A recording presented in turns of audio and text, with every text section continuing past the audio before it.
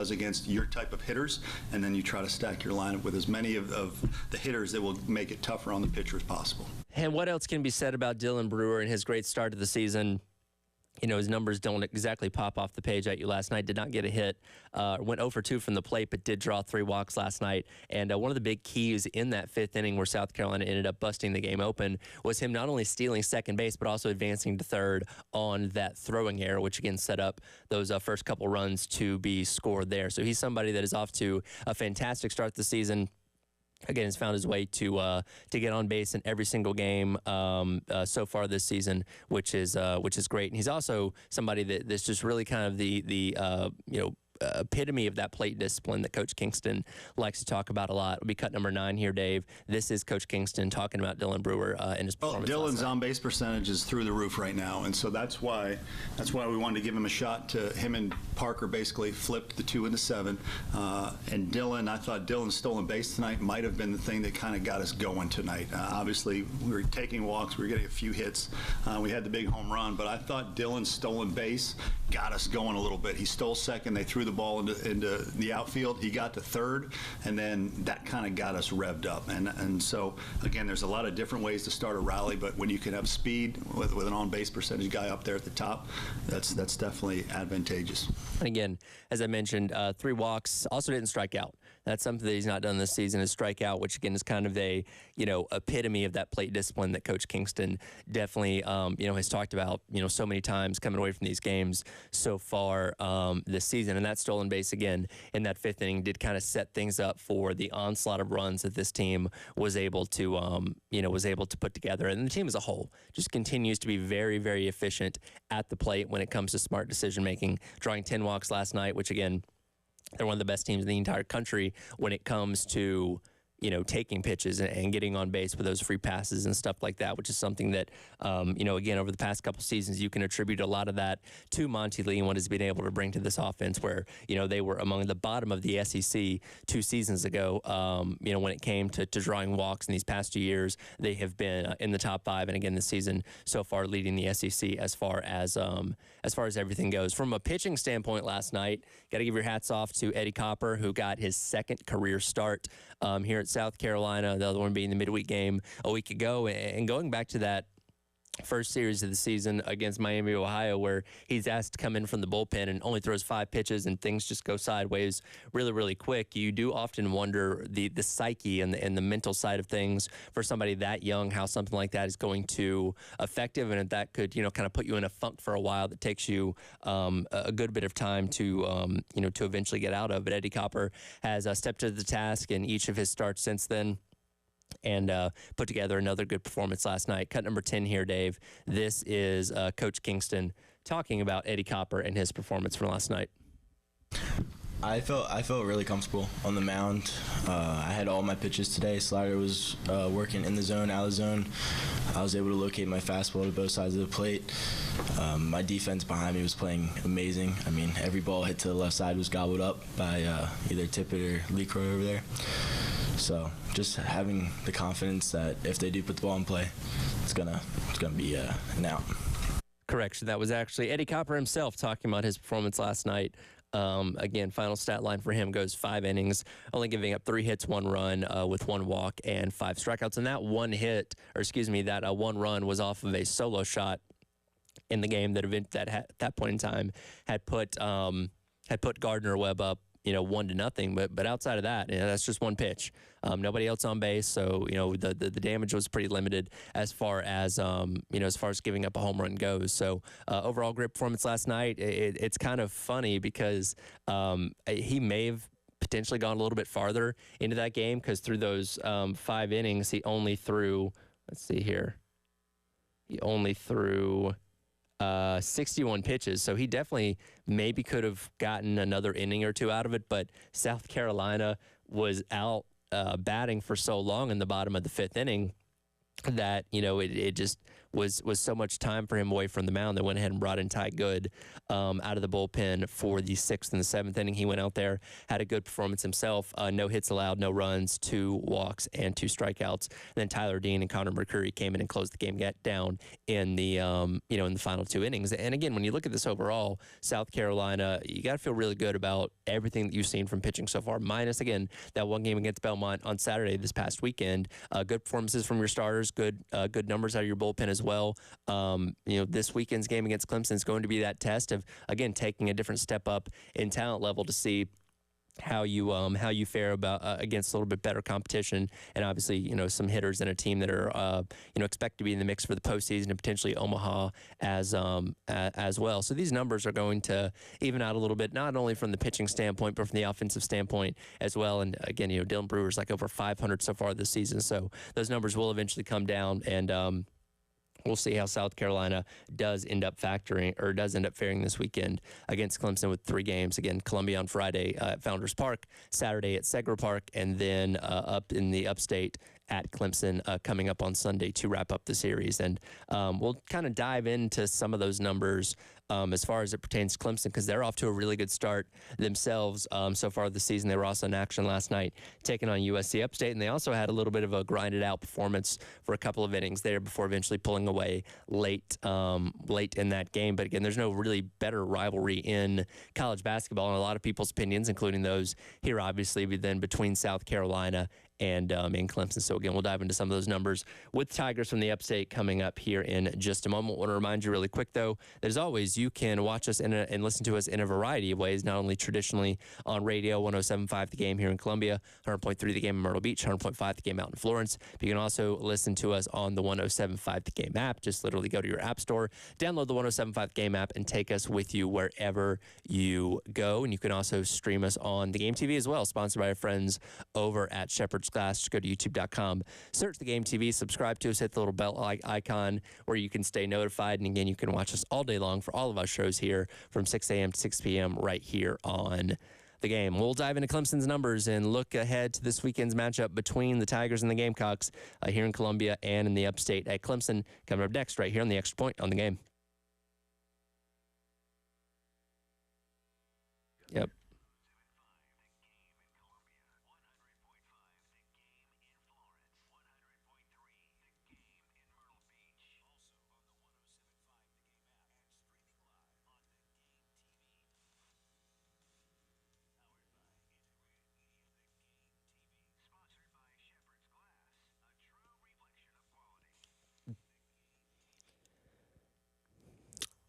Once again, I would like to remind you that you need to keep an eye on your home's foundation. I know it's not something you probably think about, but it's very, very important that you keep your eye out for any kind of odd things that might be happening with it. Things like maybe cracks in your exterior brick, cracks in walls or above windows and door frames, doors and windows that might be a little bit sticky, uneven or bouncy floors, or cracks over your garage door. If you notice any of these issues, any of them at all, you could have serious foundation problems with your home. Best solution? Check out our friends at Canty Foundation Specialists. Go online to cantycanfixit.com, and they will send out a professional to come out and evaluate your home's foundation, make sure they can get you fixed up and repaired so you and your family can live comfortably for a long time to come in your home. Again, our friends at Canty Foundation Specialists. Go online to schedule an appointment now at cantycanfixit.com.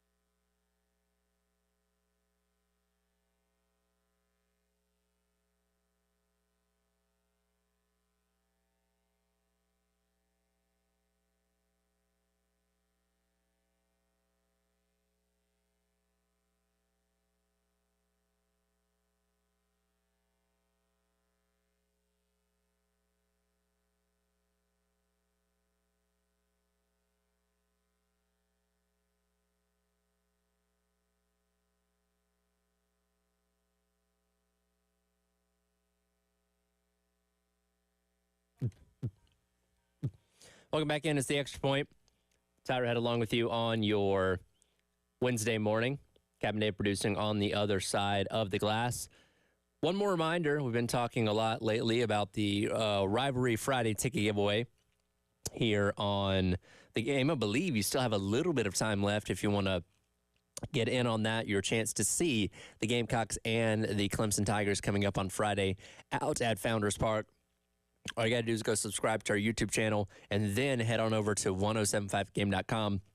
Look for the Rivalry Friday ticket giveaway tab on our home screen and then fill out the little form there for your chance to win those tickets. Though that winner will be announced today at 5:15 on the post-game show with Jay and Elijah. So if you've entered that contest here as of late, make sure you're tuned in today at 5:15 to find out if you are the winner or not. And it's going to be a very, very intense weekend of baseball, as it often is between Clemson and South Carolina. And again, I know we're looking at this from a local perspective, but I really can't think of a more intense out-of-conference rivalry when it comes to baseball than what the two Palmetto schools have. Because, and here as of late, certainly has been the case where you have two teams that are perennially in or around the top 20 and are always going to be in the conversation for making the postseason, on a year-in, year-out basis. And for both these teams, the level of competition they've played up to this point hasn't been the best. And again, most teams around the country haven't exactly been playing stellar competition day in and day out through their first, 8, 9, or 10 games.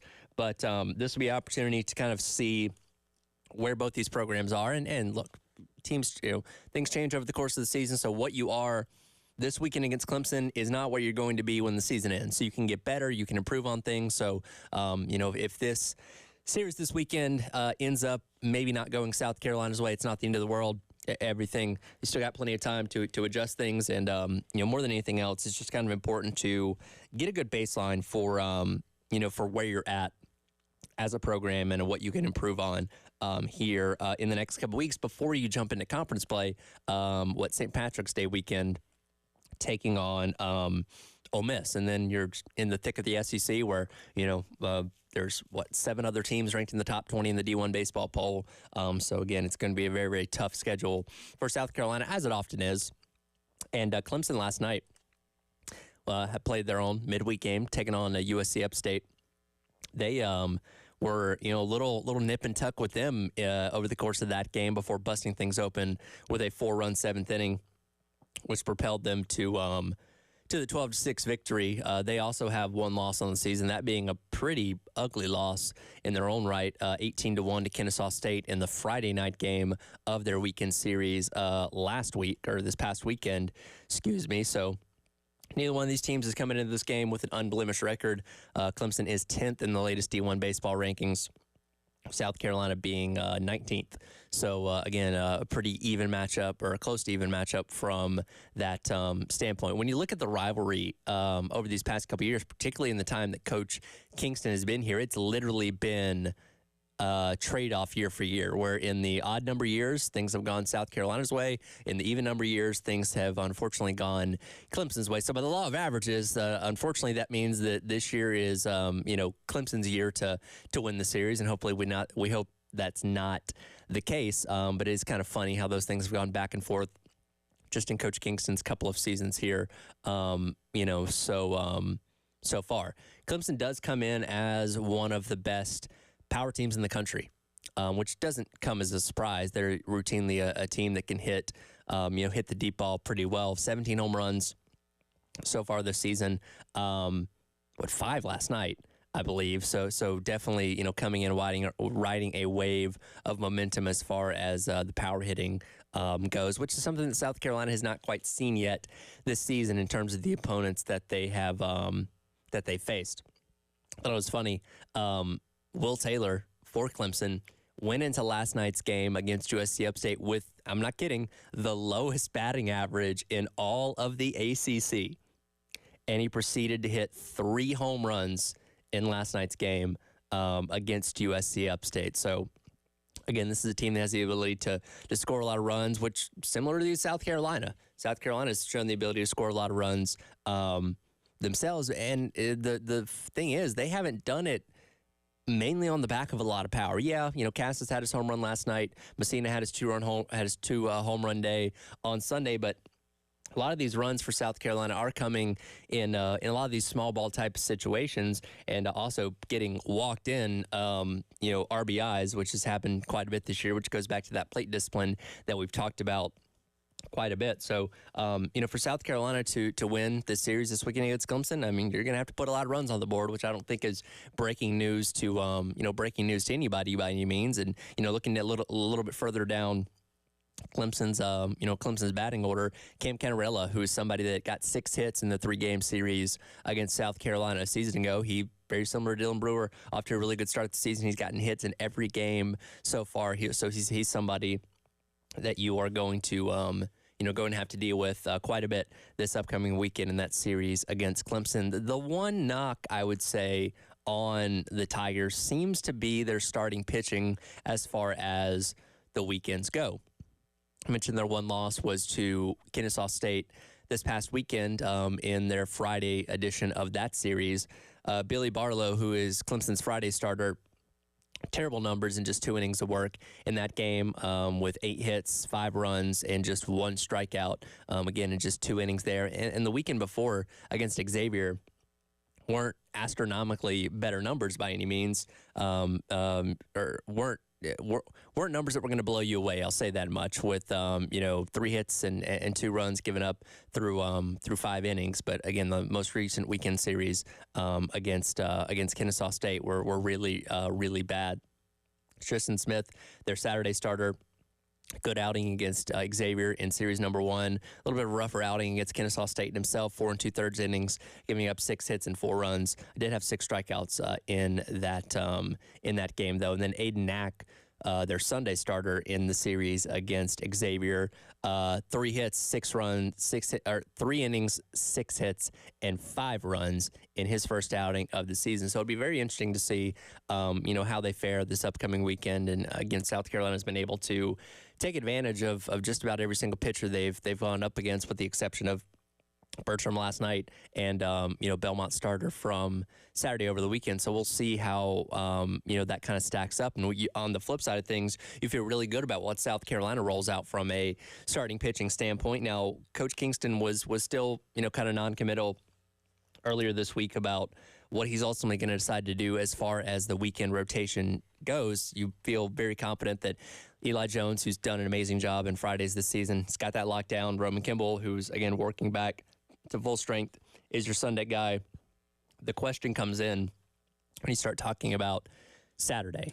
And again, SQ just had the one bad outing on Saturday against Belmont, but with Becker, who, is somebody that was expected to factor into that starting rotation almost back to full strength. And again, his pitch count allotment should be somewhere around 80 pitches this upcoming weekend. If you wanted to roll him out there as your Saturday starter, I don't think that would be the worst decision in the world. We'll see what Coach Kingston and Matt Williams ultimately decide to do. Still have a couple more days, obviously, to figure that out. But, hopefully South Carolina can keep the momentum going as far as what they've done from a starting pitching standpoint and a bullpen standpoint, too. Bullpen's been really solid, again, with the exception of, Veach and Williamson this past Saturday against Belmont. But again, all this goes back to the fact that this series against Clemson just gives you a good ability to gauge where you're at. Now, again, you want to walk away with a series sweep.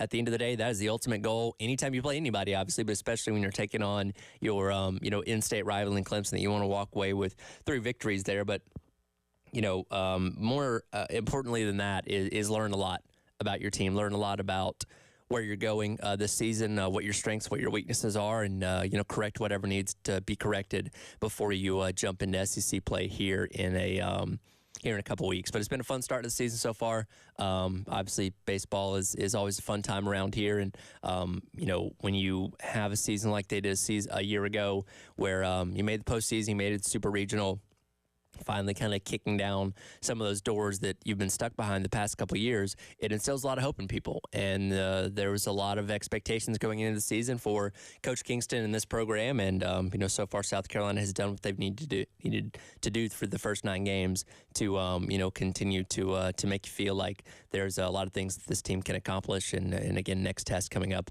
with Clemson this upcoming weekend. First game coming up Friday night, 7 o'clock, again, out at Founders Park. Pregame coverage for that will start at 6:45 right here on the game. Speaking of big games, men's basketball team in action tonight on the road in College Station. A very, very important game as the regular season winds down for men's basketball, just a couple weeks away from the SEC tournament, and then just a couple of days after that, of course, the start of the NCAA tournament, which South Carolina is right now positioned pretty well to be in. So we'll take a look at the matchup tonight against Texas A&M. Hear from Buzz Williams, the head coach of the Aggies, and some of his thoughts on his team and South Carolina so far this season. That's all coming up. It is The Extra Point. I'm Tyler Head, Cap and Dave producing on the other side of the glass here on your Wednesday morning on The Game.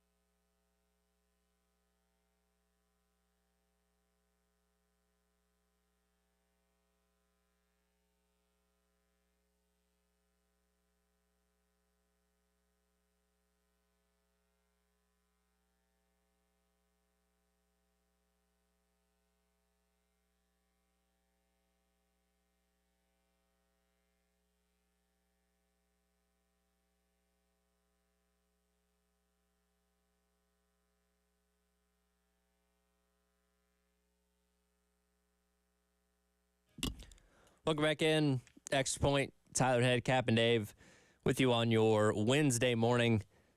Looking ahead, a little over a week and a half left in the regular season for men's basketball in South Carolina. Again, 22-5 on the season so far. Sitting in a pretty good place right now. Got back in the win column this past weekend against Ole Miss after that 2-game skid against LSU and Auburn, and now faces its next test on the road tonight, taking on Texas A&M. Pre-game coverage for that game starting at 8 o'clock tip, coming at 8:30, which you'll be able to listen to right here on the game. Something that's kind of been a trend this entire season is the analytics, specifically the ESPN analytics, not loving South Carolina in a lot of these matchups, and tonight against Texas A&M is really no different. The matchup predictor, which factors in a lot of different numbers, has Texas A&M as a 72.3% chance to win this game. South Carolina only at 27.7. I would like to point out that the numbers are actually pretty similar this past weekend, with Carolina going on the road taking on Ole Miss and Oxford. And we obviously know South Carolina, pretty much held that game or controlled that game from the jump and ended up coming out of there with 13-point victory. So hopefully a similar case coming up tonight. A&M a 5.5-point favorite. I don't know how they settle on these numbers and how these kind of conclusions come out. I know it's all computers and you're spitting things out from data entry and all that kind of stuff, but it just really, when you watch these two teams, especially as of late, I don't see Texas A&M being that much better of a program than South Carolina. Early on in the season, sure, A&M was looking pretty solid. The first 10 games of conference play, they were 6-4. They'd had some pretty big wins at home, beating Kentucky in that overtime game. They had beaten Tennessee just a couple weeks ago, but then they went on this 4-game skid, losing to Vanderbilt, losing to Alabama, losing to Arkansas, and then losing to Tennessee, and then a rematch this past weekend where Tennessee drugged them by 25 points. Or excuse me, that is 35 points. I stand corrected. So it's been a rough go of it as of late, and so now they're under 500 in conference play and teetering a little bit as far as their postseason fate is concerned. They were in the latest bracketology, according to Joe Lunardi, in the first 4 out category. So their final 4 games of the regular season here against South Carolina, Georgia, and then the 2 Mississippi schools to close out the regular season are of vital importance to the Aggies in terms of trying to lock up a spot in the postseason, as well as whatever they can end up doing at the SEC tournament as well. Coach Buzz Williams yesterday in his media availability talked a little bit. This will be cut number 13 here, Dave. Talked a little bit about, trying to get his team back on track, and also his initial thoughts on what he's seen from South Carolina so far this season. I think what I've tried to do is just try to help our team understand when we were good and why we were good, and when we haven't been good and why we haven't been good. And then I think our staff's done a really good job on educating our team on what the opponent does well, what we need to be prepared for, and then how that correlates relative to the recipe that we know we have to follow. Whatever it was, 16 or 17 days ago, we beat Tennessee here, and in many respects, that was one of our better wins throughout the season. And then since then, we haven't played well. We've changed some plays, we've changed some players, we've changed some minutes, we've changed some things defensively. But I do think that our guys have been very responsive and very resilient in regards to understanding and accepting what we have to do, and we'll continue to try really hard. The team we play tomorrow is the most improved team in Power 5. Coach has done an incredible job. Their transfers have had an enormous impact on their team. They have the freshman of the year in the league, the kid from South Carolina. He's really, really good. But they play a very distinct style. They're slower than Virginia. They're almost kind of Virginia in the SEC. They're slower than Vanderbilt in regards to pace of play. Very, very skilled on the perimeter, but also they beat you up at the rim. And so knowing what we know about South Carolina, how can we negate hopefully some of that and then how can we be the best at what we need to be the best at in order to get back to that. And that was head coach Buzz Williams for Texas A&M talking about where his team's been at as of late and also his initial thoughts on South Carolina there. And the pace of play is the big story around every team that South Carolina plays. And as we say in every single game, as long as South Carolina can play their style of basketball, they should be in pretty good shape. And tonight's game against Texas A&M is really no different. Really no different in that regard. And A&M doesn't play a super fast pace. They're kind of a little bit in the middle. They rank 213th as far as average possession length goes and 299th in adjusted tempo from a national standpoint. So this is going to be one of those games where, as we've talked about, kind of a key for South Carolina so much this season, if you hold your opponent under 70 points, you should be able to win this one. And again, that's, kind of a similar style of basketball that Texas A&M does certainly play. And again, they've been trying to find themselves over the course of these past couple weeks with the 4-game skid that they've been on. And when you look at their numbers, this is a team that is literally the best offensive rebounding team in the entire country. Also a team that's really good when it comes to shooting free throws. Outside of that, all their other numbers are not really that good. And the reason that they're so good at getting those offensive rebounds because they're terrible shooting from the field. They are 352nd out of 363 Division I teams in effective field goal percentage. So they're just chucking up shots, on a prayer, hoping that they go in. I mean, looking at their numbers from some of these past couple games that they have lost, against Tennessee this past time out. Now, yes, that was a game that they were trailing by a significant margin for a lot of that. So trying to cut down the difference here, they were 11 of 32 when shooting 2-pointers, 7 of 34 attempting threes, like just literally throwing things up, hoping for the best. The game before that, home game, a little bit of a tighter loss against Arkansas, took 40 shots from the field, or took 40 shots from 2 and only made 14 of them. And their total field goals in that game, they were 20 of 60. So again, this is a team that's going to fire up a lot of shots, hoping for the best. And unfortunately for them, it's just not consistent enough, especially here as of late. Now, the two names that you're going to have to know for tonight's game, or names that you've probably heard if you've paid any attention to Texas A&M basketball this season, is Wade Taylor IV and Tyrese Boots Radford, who are the two top scorers on this team this season. And those two guys, again, when you look at a lot of teams in college basketball, and basketball in general, really, when they're having off nights, the teams themselves are usually having off nights as well. Look at Wade Taylor IV and his production in these last couple of games they've lost. The past 3 against Alabama, Arkansas, and Tennessee, he's shot under 30% from the field in all 3 of those games. And then Boots Radford, in the last 2 games, he has been just under 32% himself in both those games. So again, when you don't have your best players going out there and being able to make shots in addition to a team itself that struggles shooting from the field, that's not really a recipe for success. So for South Carolina, as Coach Williams mentioned there a moment ago, it's going to be about winning underneath the basket, being physical, which South Carolina is fantastic at doing that, playing your style of basketball and just forcing Texas A&M to put up a bunch of shots. And, hopefully this isn't a night like Auburn had the other day, where even the craziest shots are going down. So South Carolina, you feel pretty good about them going into this contest and what it means for them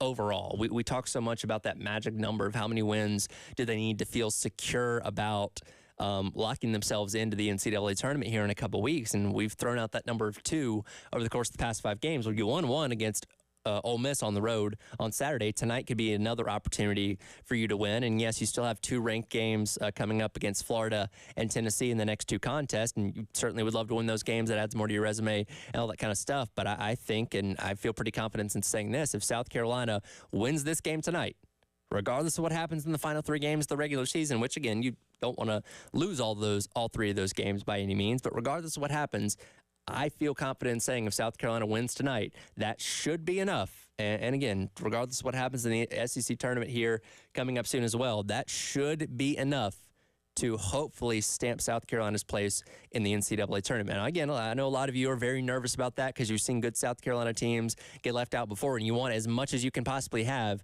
on your resume to bolster it to make sure there's no chance they could leave you out. And again, I think South Carolina's got a chance to beat all these teams remaining in the regular season: Tennessee, Florida, and Mississippi State coming up at the end of the year. But one game at a time, obviously. Next test is Texas A&M coming up tonight, and I feel good about South Carolina's chances on the road in College Station. Again, pregame coverage for that starting at 8 o'clock. Tip-off coming up at 8:30. Going to be a late one. Going to be running pretty late tonight, so hopefully you can stay up for it, and hopefully we're talking about South Carolina walking away with another victory this time tomorrow. We'll come back and wrap up hour number one of the Extra Point.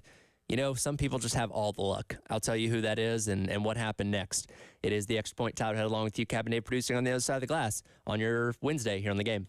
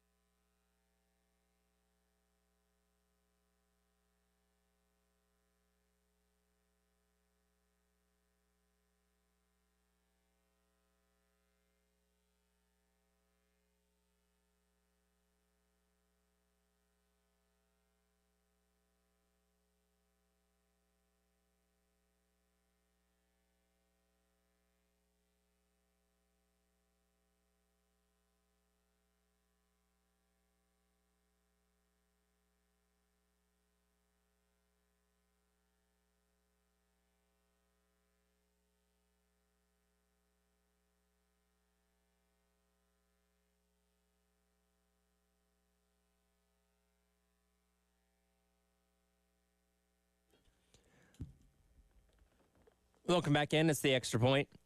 Tyler Head with you on this Wednesday morning. Cap and Dave producing on the other side of the glass.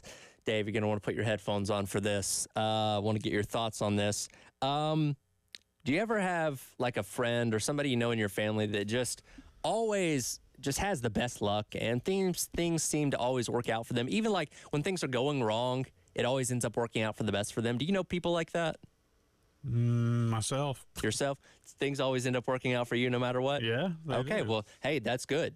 That's good because some people do kind of end up having all the luck. Saw this story a little bit earlier. A Kentucky man who spent 3 months thinking he had thrown out a Powerball ticket worth $50,000 came across it by chance in his company's car the other day.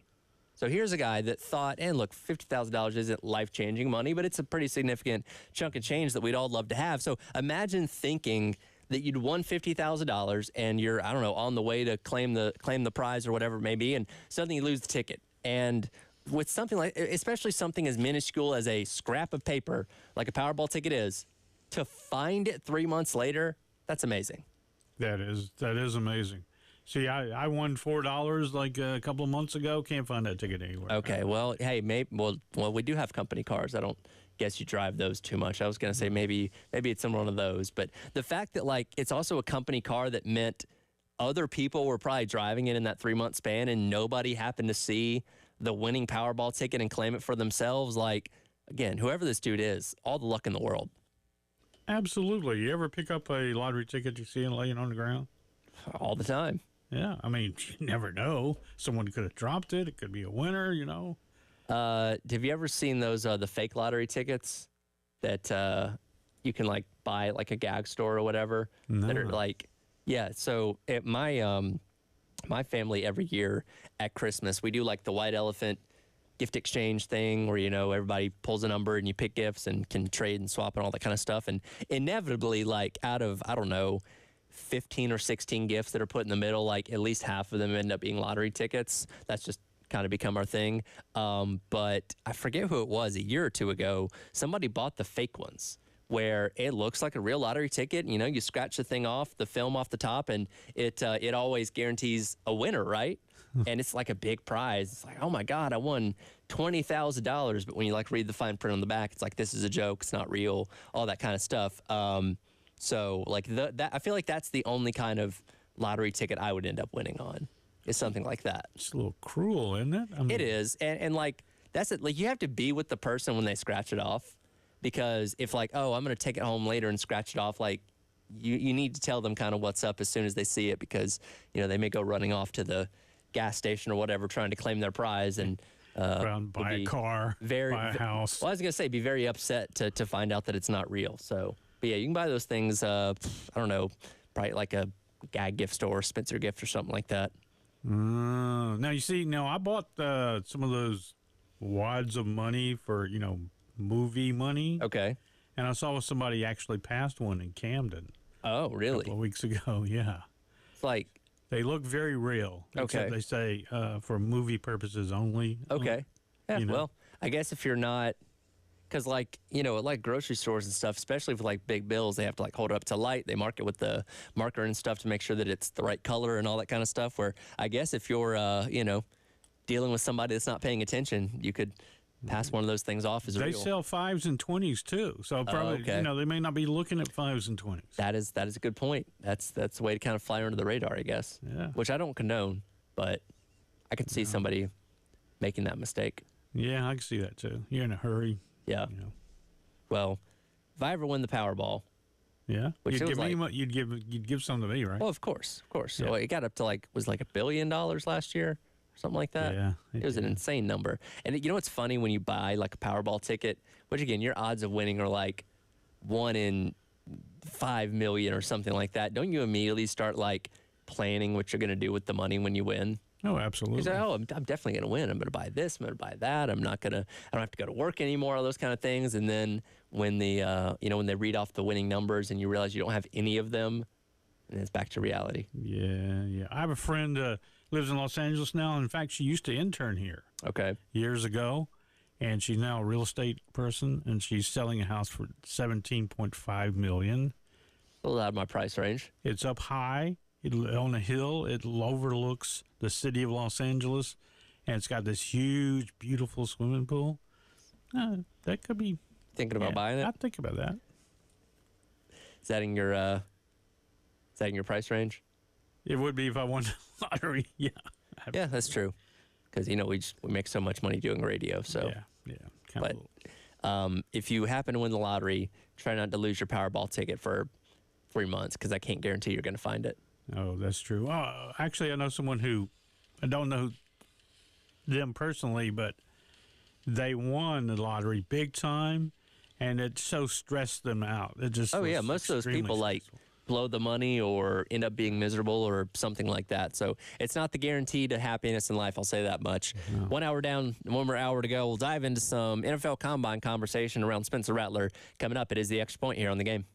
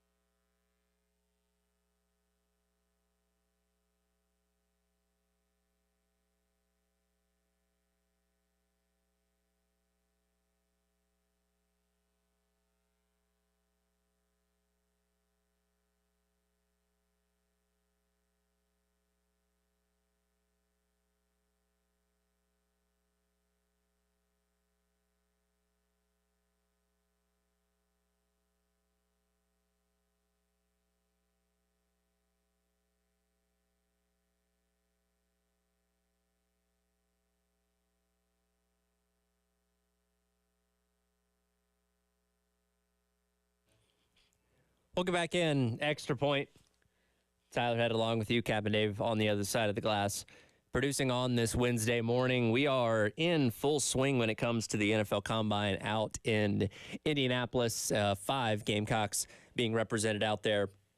Spencer Rattler, Xavier Legette, Trey Knox, Nick Arjulo, and Marcellus Dial, all hoping for their opportunities at the next level. And we obviously feel very confident Xavier Legette is, at worst, probably going to be a second-round pick. He obviously did himself a lot of favors when nobody at all had him on a draft board prior to the season, but went out there and balled out in his final year here at South Carolina, and is going to make a great addition to whatever NFL team ends up picking him up.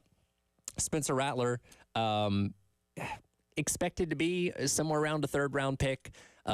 Most of the mock drafts that I've seen have him there. I really haven't seen him lower, haven't really seen him much higher either.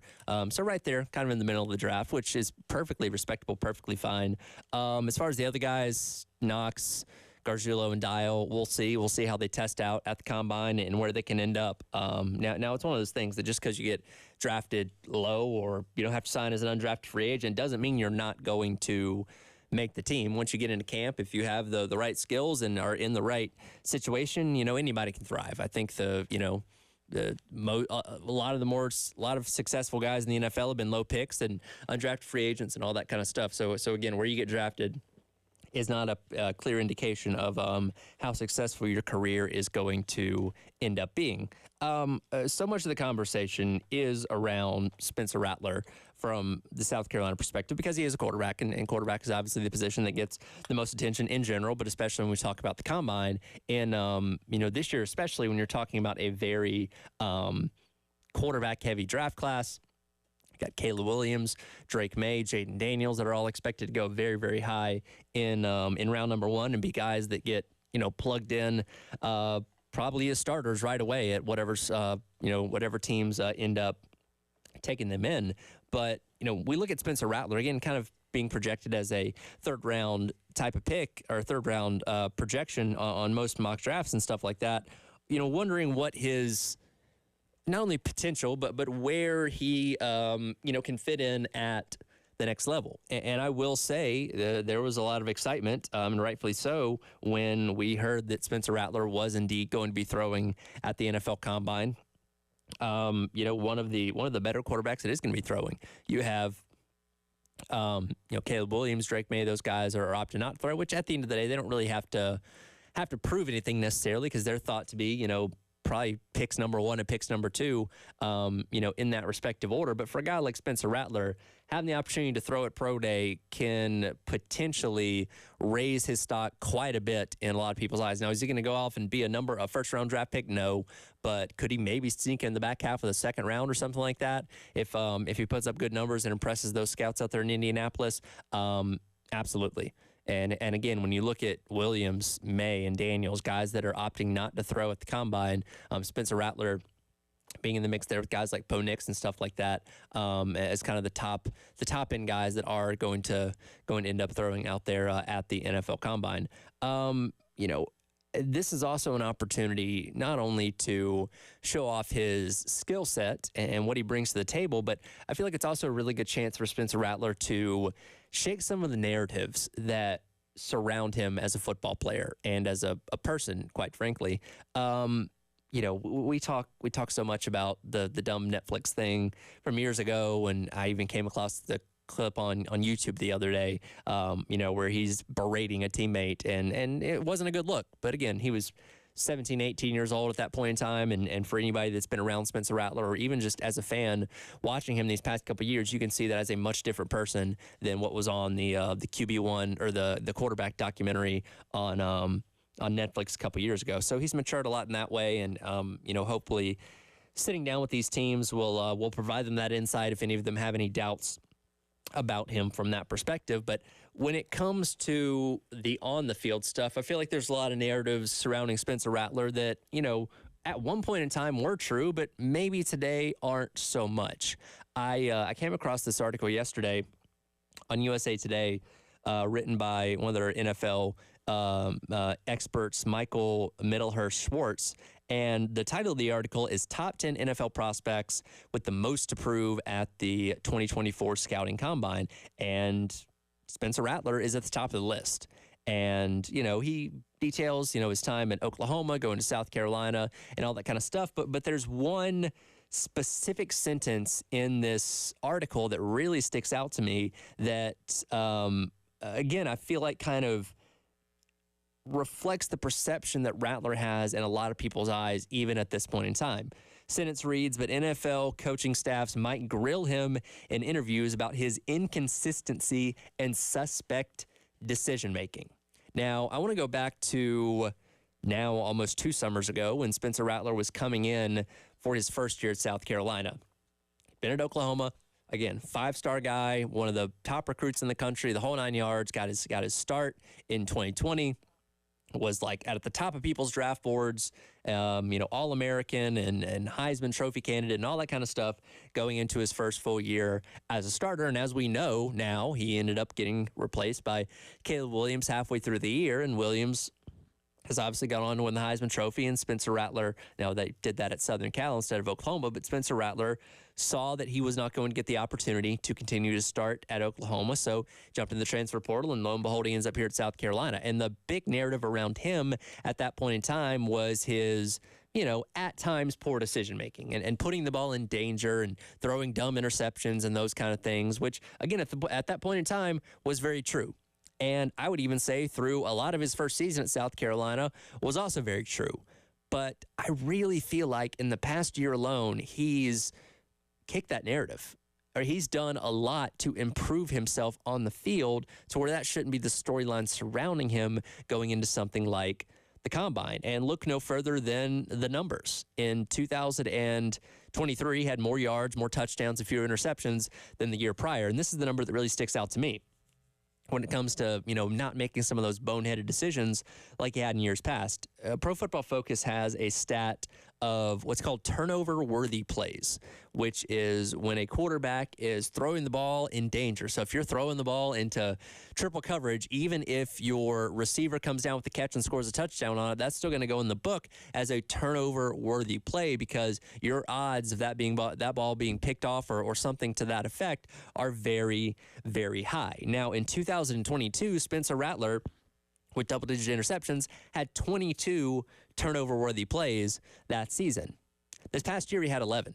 Literally cut that number in half. Again, he hasn't got rid of it completely. There are still some, questionable throws that he's made at a time or two. But when you really kind of break it down this past season, the interceptions and these turnover-worthy plays that he had, a lot of those times he was running for his life, or it was a situation where South Carolina was down by a lot of points, and he's just slinging it, hoping for the best. When you talk about just the really X's and O's standpoint, I don't think you can put a lot of that on him because, again, at that point in time, he's just trying to make something happen. But, again, he's shown that dramatic improvement from year to year on being smarter with the football, being more careful with the football, and just taking care of it overall. And again, this is just, one person's opinion writing this article, but I really hope that's not the narrative that a lot of these NFL teams have surrounding him as they're looking at him leading up to the Combine or in the Combine leading up to the draft as well, because I just don't think it's as applicable as it once was when you're talking about him as a quarterback. One thing that I do think is going to help his case quite a bit, and I go back to coverage of the Senior Bowl the other week, and I forget, it was a panel of 3, 4, 5 guys in the SEC network that were out there talking, and Spencer Rattler obviously ended up being kind of the star of the Senior Bowl, won the MVP award and all that kind of stuff. They were talking about his performance this past year, and in a weird way, South Carolina's struggles on the offensive line really seemed to help Spencer Rattler out quite a bit because, and going back to that first game against North Carolina, where he got sacked, 9 times? Dude was running for his life and still managed to put up very respectable numbers, and that was an issue that persisted throughout the entire season. And despite that glaring problem with protection, Spencer Rattler was still able to put up really solid numbers, again, improving in just about every category from the year prior. So for South Carolina offensive linemen, if you're watching coverage of the combine or anything like that, you might want to plug your ears when they're talking about Spencer Rattler, because they're going to dog you. They're going to talk about how bad you were when it came to protecting him. But again, at the end of the day, I do think that's something that could ultimately help out Spencer Rattler in terms of how he's viewed by these NFL teams, because he made a lot with the little. Didn't have a good offensive line. Didn't have a good running game, or consistent running game at that. Again, was down one of his key receivers from the season before. Obviously, he and Xavier Legette just had this magical connection, which is fantastic. But all things considered, Spencer Rattler, and we talk about this so much too with his legacy after South Carolina is going to be. And look, his numbers weren't, or his win-loss record isn't anything that's going to jump off the page at you. 13-12 through through 2 seasons here, but when you think about it, like, okay, well, if Spencer Rattler wasn't the starting quarterback, do you even win double-digit games over those 2 years? I don't know if you do. Probably not. So, again, he's made a big difference for this team, and hopefully that's something that can translate over to, to that next level. And, look, he's really smart. He's good between the ears, as I mentioned, got the character issues out of the way, and this gets said about him a lot as well. When you get him in those rooms with teams and the whiteboard, where they're asking him to break down coverages and audibles and all that kind of stuff, I think that's where he's really going to shine as well. Being able to show his knowledge and prowess for the quarterback position. Also, he's had the opportunity to work with a NFL offensive coordinator in Dow Loggins this past season that I imagine he was very excited for, from the standpoint of, hey, this is going to be something that's going to prepare me for the next level better than probably anybody else could, because he's been there, he's done that, and who knows, all the connections that Dow Loggins has at the NFL and the amount of people that he can get in their ear and say, hey, here's Spencer, take a look at this, take a look at that. He can help you out in this way or in that way.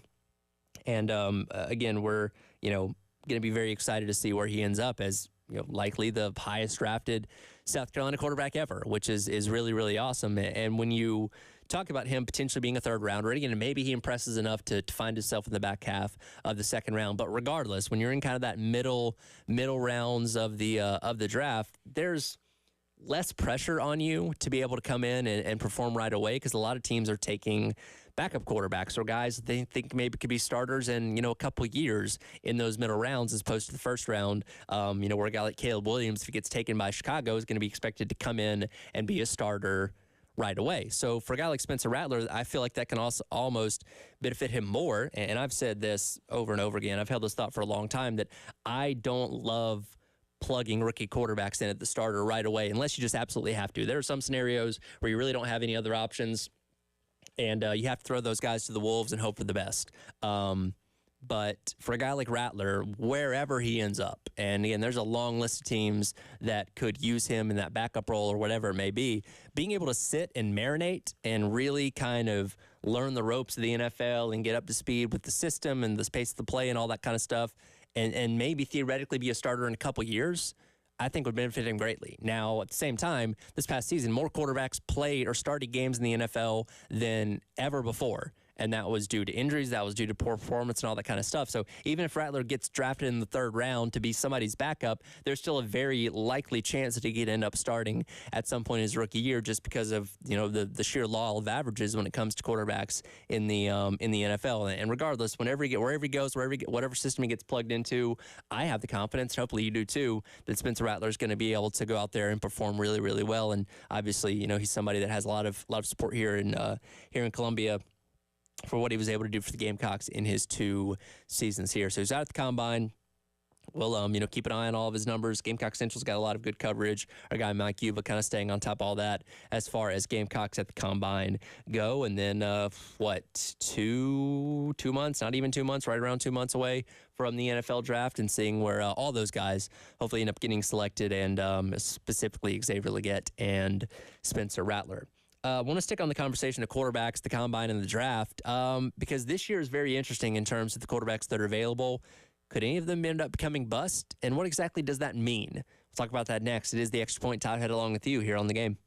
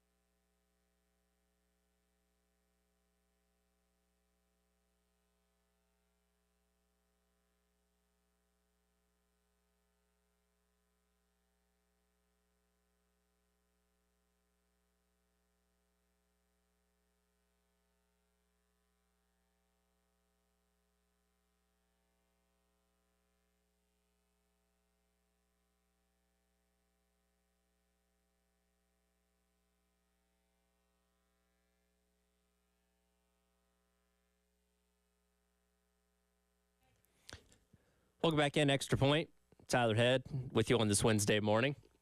Coming up at 10:30, Jen Jensen will join me as she does each and every week. We'll talk the latest in the world of NASCAR and what was a very, very exciting race this past Sunday out at the Atlanta Motor Speedway. We'll dive into all that coming up again here in just a few minutes. We'll remind you once again about the Palmetto Citizens Federal Credit Union Grand Slam giveaway. Oh boy, I thought we were going to be giving away a winner last night as the Gamecocks had the bases loaded a couple different times in that in the fifth inning where they scored 7 runs. Gavin Cassis did hit that 3-run homer, but there were only runners on the corners at that point in time, so not quite enough to get that Grand Slam giveaway just yet, but the pot continues to grow as the season goes along.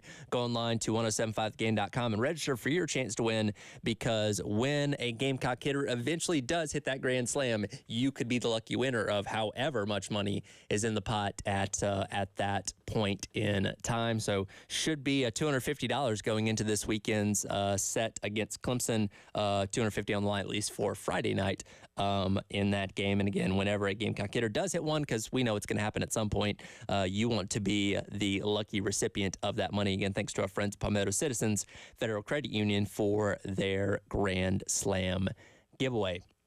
Continuing on the conversation that we had in the last segment there, kind of talking about where Spencer Rattler, is going to perform at the Combine and ultimately ends up landing in the NFL draft. Again, at best, maybe he can work himself into the back half of the second round. He's not going to ever, I think, put himself in a position to be called a bust, which is something that we talk about so much as leading up to draft cover, as leading up to the NFL draft every single year. And it's something that persists not only in the NFL, but in all sports, but mainly the NFL is where we like to talk about bust, particularly when it comes to the quarterback spot. But I was thinking about this last night. I don't know if we have a clear, defined definition of what exactly a bust is when it comes to the NFL.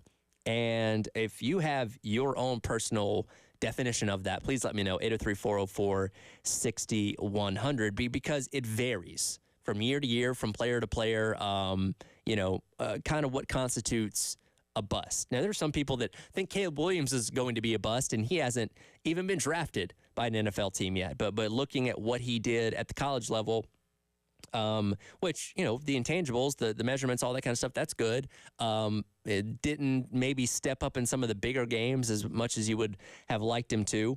So a lot of people are already kind of writing him off as a bust wherever he goes, likely Chicago with the #1 overall pick. Now, when we talk about legendary bust, the Ryan Leafs, the Jamarcus Russells, Johnny Manziel's, guys that, may have set the world on fire in college, but just got to the NFL and completely bombed and completely failed. But again, even with those guys, different scenarios for each one of them and no clear definition on what exactly bust is. But it always seems to revolve, at least one part of it, around guys drafted in the first round, which I said, Spencer Rattler, I don't think is ever going to be in a position to call himself a bust, because when you are talking about quarterbacks that are drafted outside of the first round, most of the time those guys aren't expected to be starters. And if they are, that's great. If they're not, then it's like, okay, well, that's kind of what we expected out of these guys.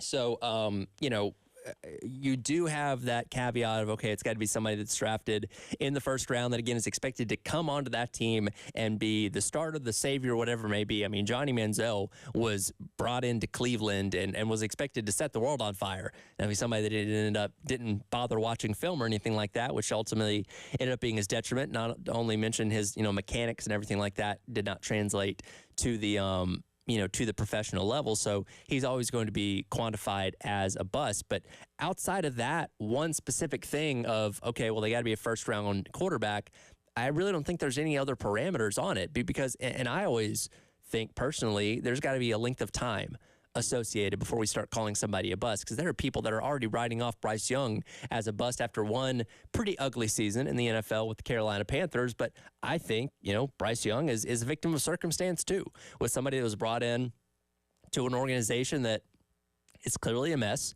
His head coach gets fired before the first season's even over. He doesn't have any help on the offensive line, doesn't have solid pass catchers around him on the offense. Like, he wasn't given a lot of tools to succeed with, as opposed to C.J. Stroud, who's drafted one pick after him, went to Houston, and that was a perfect situation, and has obviously benefited greatly from that, helping lead that team to the to the playoffs, obviously.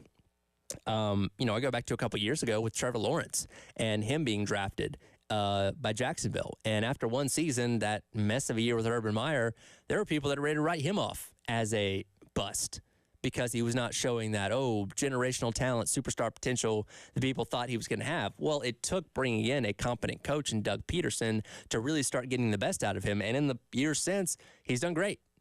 And he's not at the upper echelon of NFL quarterbacks right now, but he's certainly not in the bottom tier being labeled as a bust anymore. So there's a time element that has to go into that too. But I guess at the end of the day, it is up to each and every person's own personal interpretations of what quantifies a bust. And look, again, every single year, people are ready to jump on whoever it may be, whatever first-round quarterback, could be the first pick, the 20th pick, 23rd pick, whatever it may be, ready to jump on somebody and say, well, this guy's a bust. He didn't end up working out.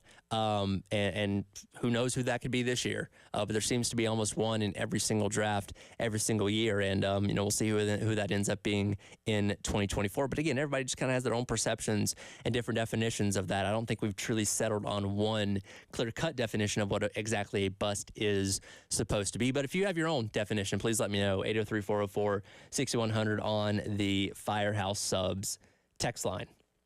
As I mentioned, it was a very exciting weekend at the Atlanta Motor Speedway for the NASCAR Cup Series in their second race of the 2024 season, ended with a crazy finish that we're going to be talking about for a long time. I'll dive into that coming up next with Jen Jensen from the early game here on the Extra Point on your Wednesday morning on the game.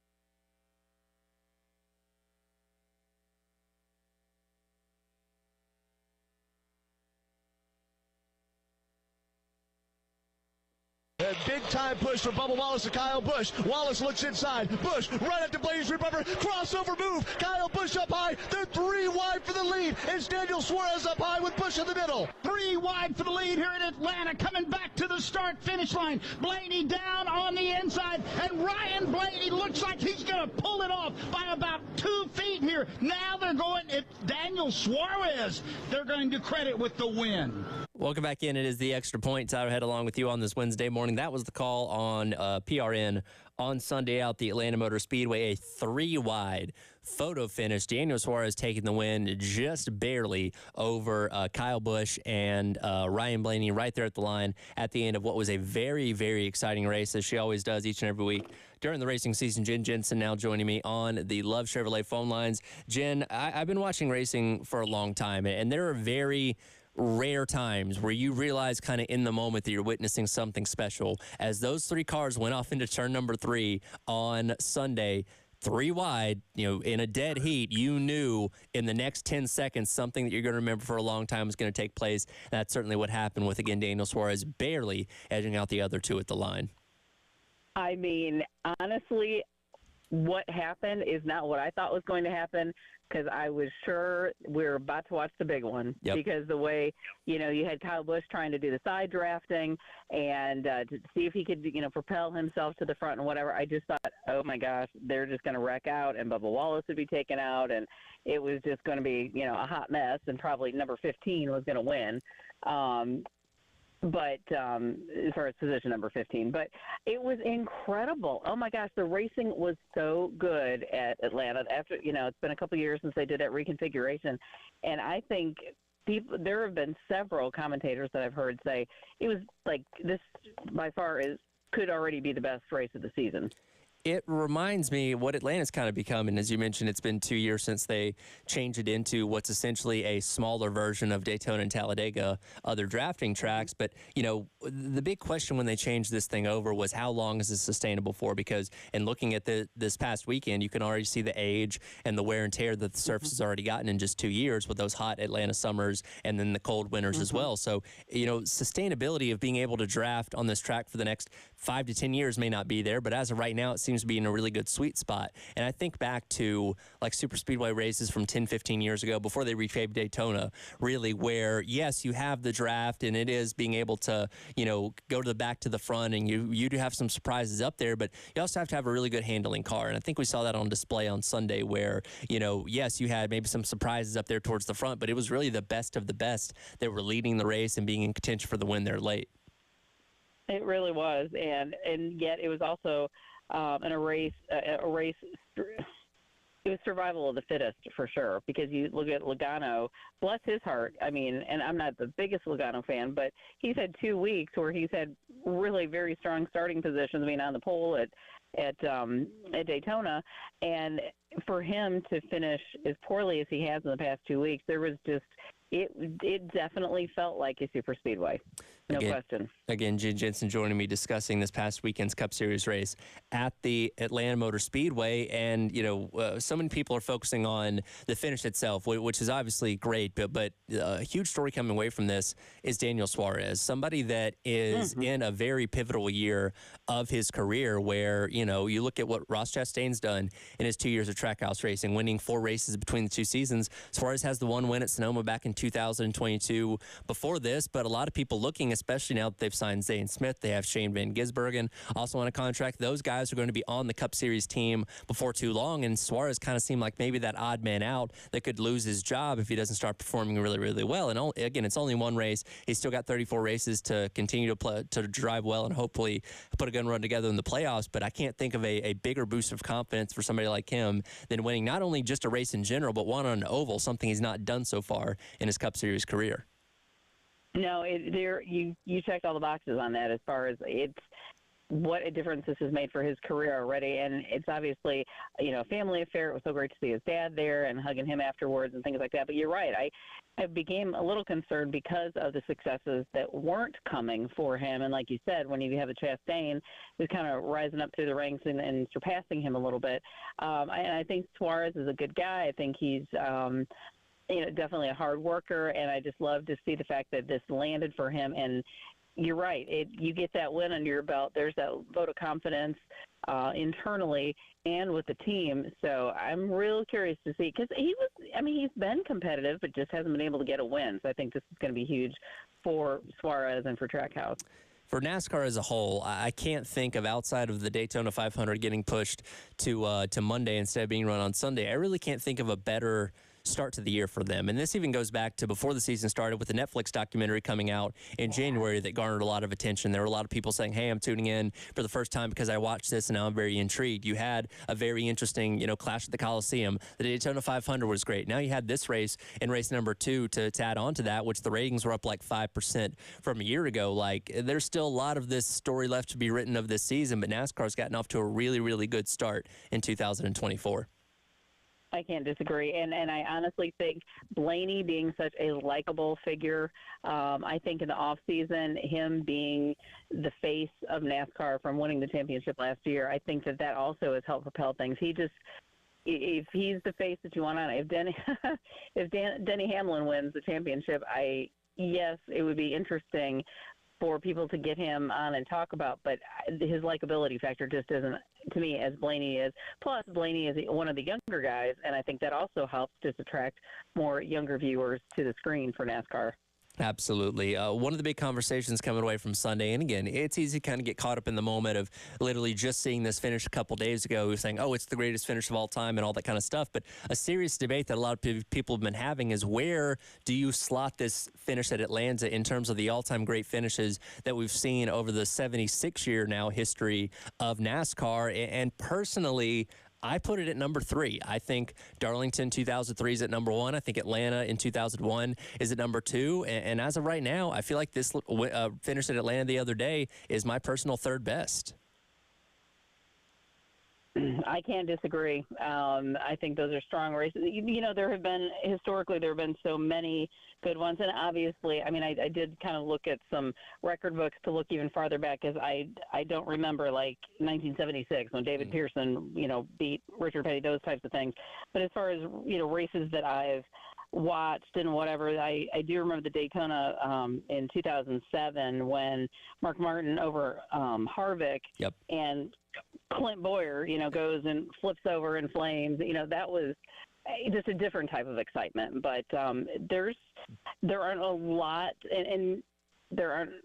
Obviously, you can't have every race be this type of race, but there are several that just really, when you start thinking back, there's a lot that have had some really exciting finishes, and how fun for this one to be one of those, and for Suarez to be part of that. Have you ever been at a photo finish of a race before, like in person?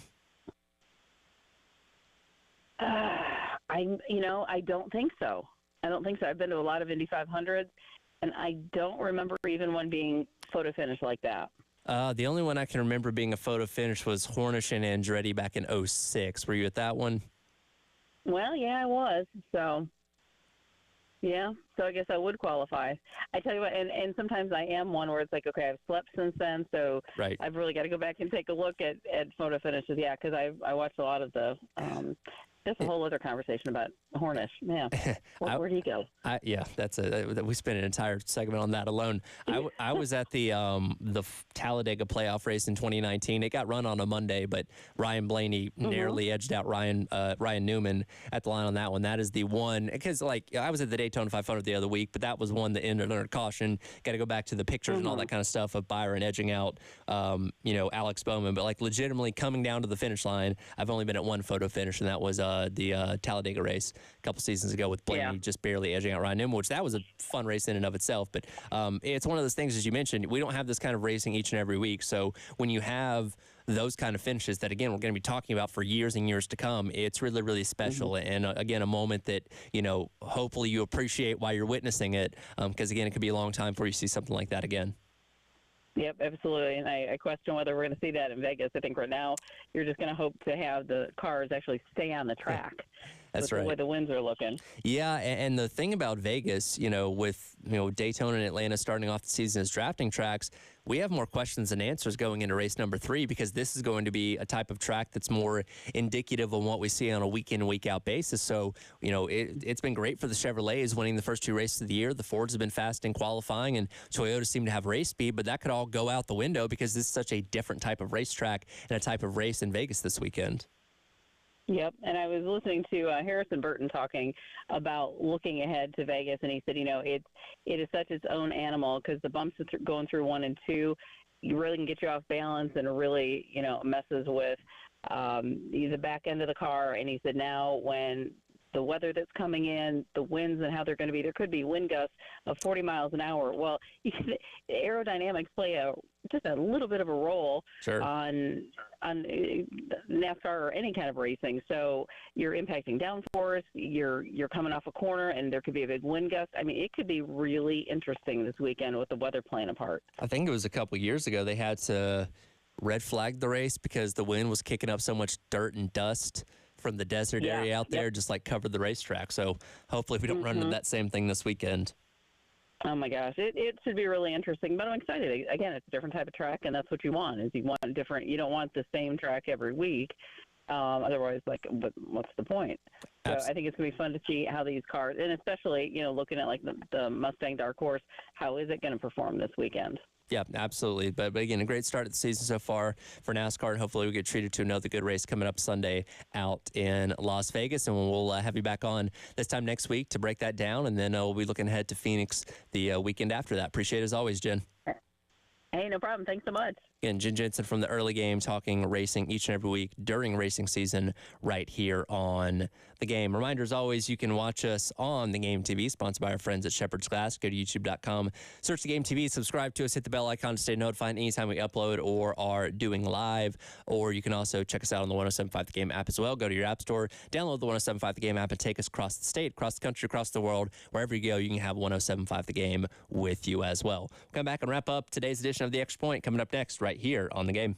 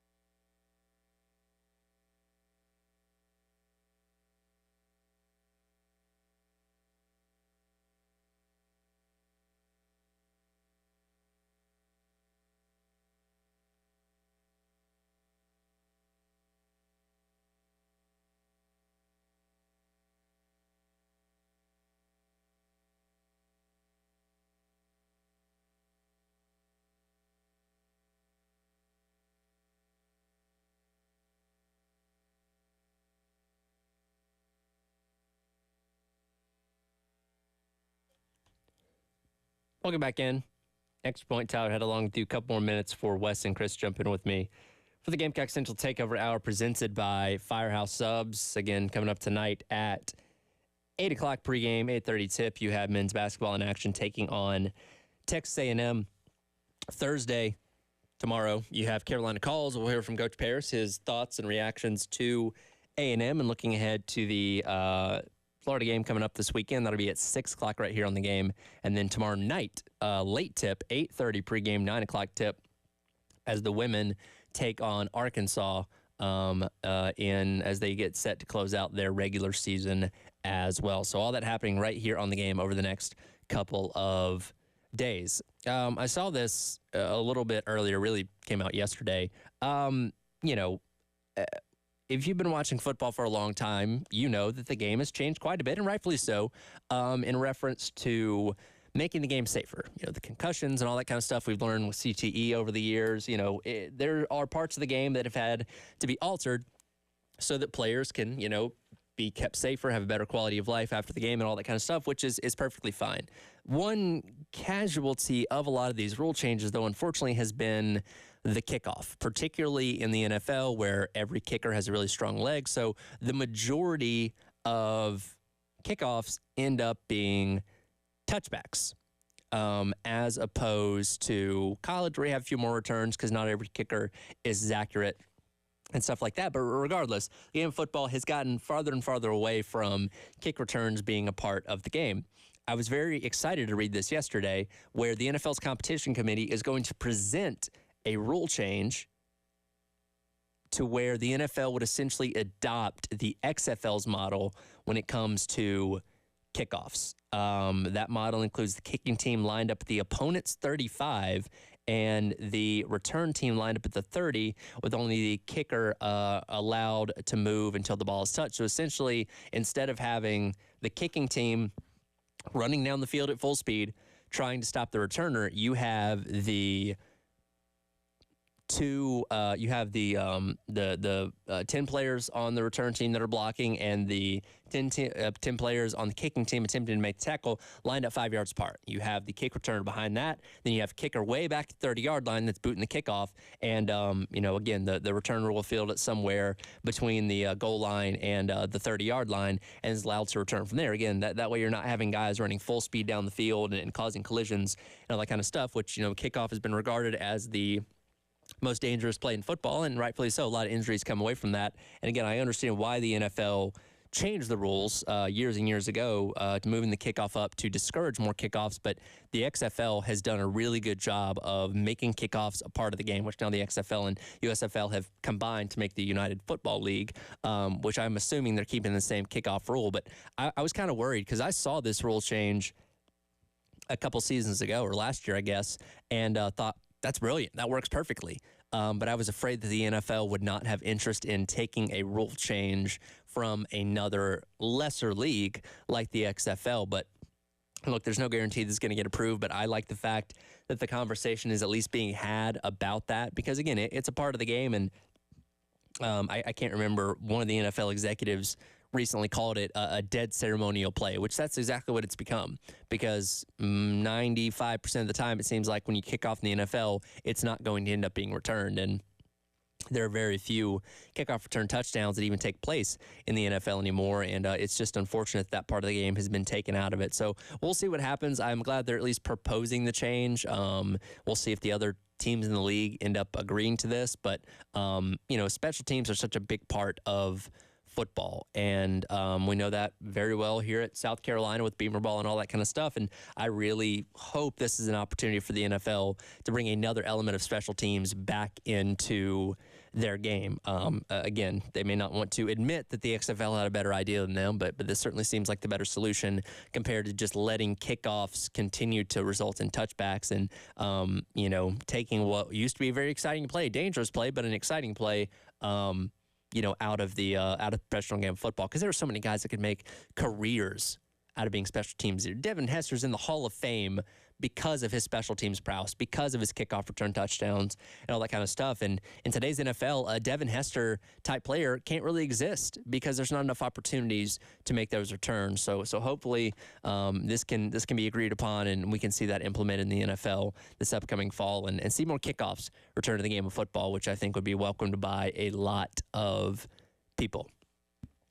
That'll do it for today's edition of The Extra Point. Coming up next, Wes and Chris will jump in here with me for the Gamecock Central Takeover Hour, as they always do. We'll jump back in the baseball conversation with the Gamecocks picking up the win last night against Gardner-Webb. Also preview more of the men's basketball team taking on Texas A&M tonight. Also talk some bracketology with our guy, our bracketology expert from On3 as well. That's all coming up in the 11 o'clock hour, the Gamecock Central Takeover Hour, presented by Firehouse Subs, all right here on The Game.